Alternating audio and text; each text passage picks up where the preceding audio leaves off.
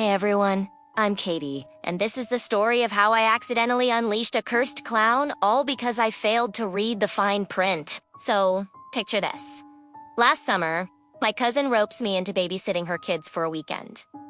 I thought, easy money. You know, a couple of days filled with movies, endless snacks, and strategically pretending not to hear them sneaking candy after bedtime. Simple. But what I didn't realize was that the weirdest part of their house was unduck the kids was the attic. Fast forward to Saturday night. Of course, the power goes out. It's like a classic horror movie trope coming to life. So, I grab a flashlight to hunt for some candles. As I'm stumbling around in the dark, my flashlight beam catches something I'd never noticed before. A trapdoor in the ceiling, just slightly ajar. Now, any sensible person would have ignored it.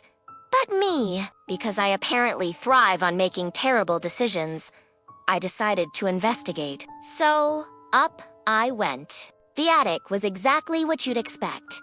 A graveyard of dusty old boxers, an army of creepy dolls with vacant stares, and one very, very strange box sitting right in the middle of the floor. It was bright red, painted with faded circus stripes, and had a big, bold label slapped on it. In what looked like frantic handwriting, it said, "Do not open.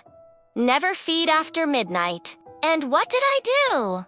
Yeah, you guessed it. I opened it. Inside, sitting on a bed of old straw, was a wind-up clown toy. It was the stuff of nightmares. The paint was chipped, its frilly collar was a dingy yellow, and it had this grin that was just way, way too wide. I let out a nervous laugh, thinking it was just a creepy old toy, and set it down on the floor. But then, I heard it. A tiny, mechanical, asterisk, click, asterisk. My heart stopped. I watched in horror as the clown's head slowly turned, all on its own. And then, it blinked.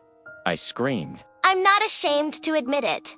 A full-on, horror movie scream. I scrambled backward, kicked the demonic little thing back into its box, and slammed the lid shut. No! Nope.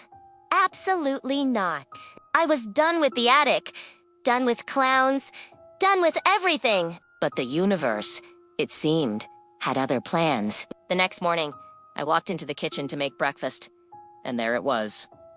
The clown, sitting at the breakfast table, holding a tiny spoon, and next to it, a spilled bowl of cereal. I immediately blamed the kids. Of course. But they just looked at me with wide, innocent eyes and swore they hadn't touched it. I didn't believe them. At first, that night, things escalated from weird to terrifying. I started hearing faint giggles echoing from down the hall. The TV would randomly turn on, blasting static. Then, I saw a single red balloon float slowly up the stairs. My blood ran cold. I crept out of the living room and looked towards the staircase. And there it was, the clown. Standing at the foot of the stairs, its painted smile seeming to glow in the dim light. It slowly raised its little hand and waved. Then, in a voice that sounded like rusty gears and children's nightmares, it whispered, "Time to play!" Oh, nope.